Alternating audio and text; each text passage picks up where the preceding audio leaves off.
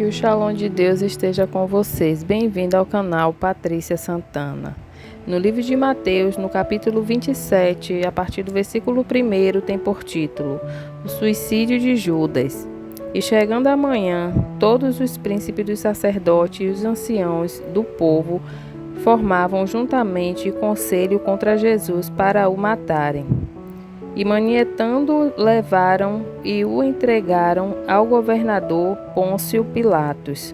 Então Judas, o que o traíra, vendo que fora condenado, trouxe arrependido as 30 moedas de prata aos príncipes dos sacerdotes e aos anciãos, dizendo: Pequei, traindo sangue inocente. Eles, porém, disseram: Que nos importa? Isso é contigo. E ele, atirando para o templo as moedas de prata, retirou-se e foi-se enforcar. E os príncipes dos sacerdotes, tomando as moedas de prata, disseram: Não é lícito metê-las no cofre das ofertas, porque são preço de sangue. E tendo deliberado em conselho, compraram com elas o campo de um oleiro para a sepultura dos estrangeiros. Por isso foi chamado aquele campo até o dia de hoje campo de sangue. Então se realizou o que vaticinara o profeta Jeremias. Tomaram as 30 moedas de prata, preço do que foi avaliado, que certos filhos de Israel avaliaram, e deram-nas pelo campo do oleiro, segundo o que o Senhor determinou. A partir do versículo 11 tem por título Jesus perante Pilatos. E foi Jesus apresentado ao governador, e o governador interrogou-o, dizendo: És tu o rei dos judeus? E disse-lhes Jesus: Tu o dizes. E, sendo acusado pelos príncipes dos sacerdotes e pelos anciãos, nada respondeu.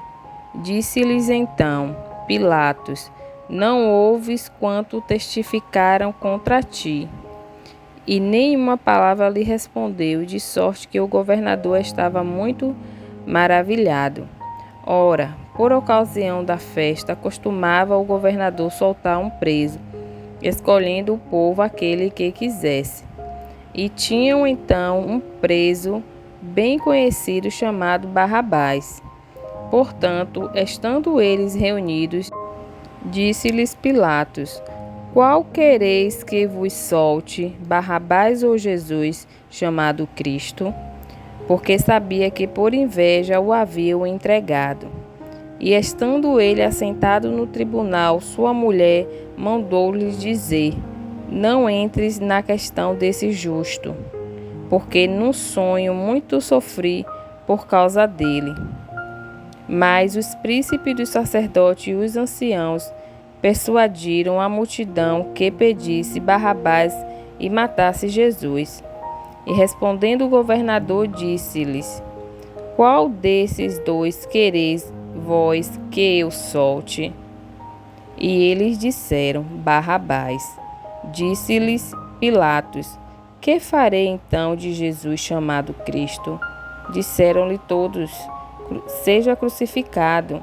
O governador, porém, disse: Mas que mal fez ele? E eles mais clamavam, dizendo: Seja crucificado. Então Pilatos, vendo que nada aproveitava, antes o tumulto crescia, tomando água, lavou as mãos diante da multidão, dizendo: Estou inocente do sangue deste justo. Considerai isso. E respondendo todo o povo, disse: O seu sangue caia sobre nós e sobre nossos filhos. Então soltou-lhes Barrabás, e tendo mandado açoitar Jesus, entregou-o para ser crucificado. E logo os soldados do governador, conduzido Jesus à audiência, reuniram junto dele toda a corte. E, despindo, o cobriram com uma capa escarlate. E, tecendo uma coroa de espinhos, puseram-la na cabeça, e em sua mão direita uma cana, e, ajoelhando diante dele, o escarneciam, dizendo: Salve, Rei dos Judeus! E, cuspindo nele, tiraram-lhe a cana e batiam-lhe com ela na cabeça. E depois de o haverem escarnecido, tiraram-lhe a capa, vestiram-lhe as suas vestes e o levaram para ser crucificado. A partir do versículo 32 tem por título A Crucificação. E quando saíam, encontraram um homem cireneu chamado Simão, a quem constrangeram a levar sua cruz. E chegando ao lugar chamado Gólgota, que significa lugar da caveira, deram-lhe a beber vinho misturado com fel, mas ele, provando-o, não quis beber. E, havendo-o crucificado, repartiram as suas vestes, lançando sortes para que se cumprisse o que foi dito pelo profeta. Repartiram entre si as minhas vestes, e sobre a minha túnica lançaram sortes. E assentados o aguardavam ali, e por cima da sua cabeça puseram escrita a sua acusação: Este é Jesus, o Rei dos Judeus. E foram crucificados com ele 2 salteadores, um à direita e o outro à esquerda.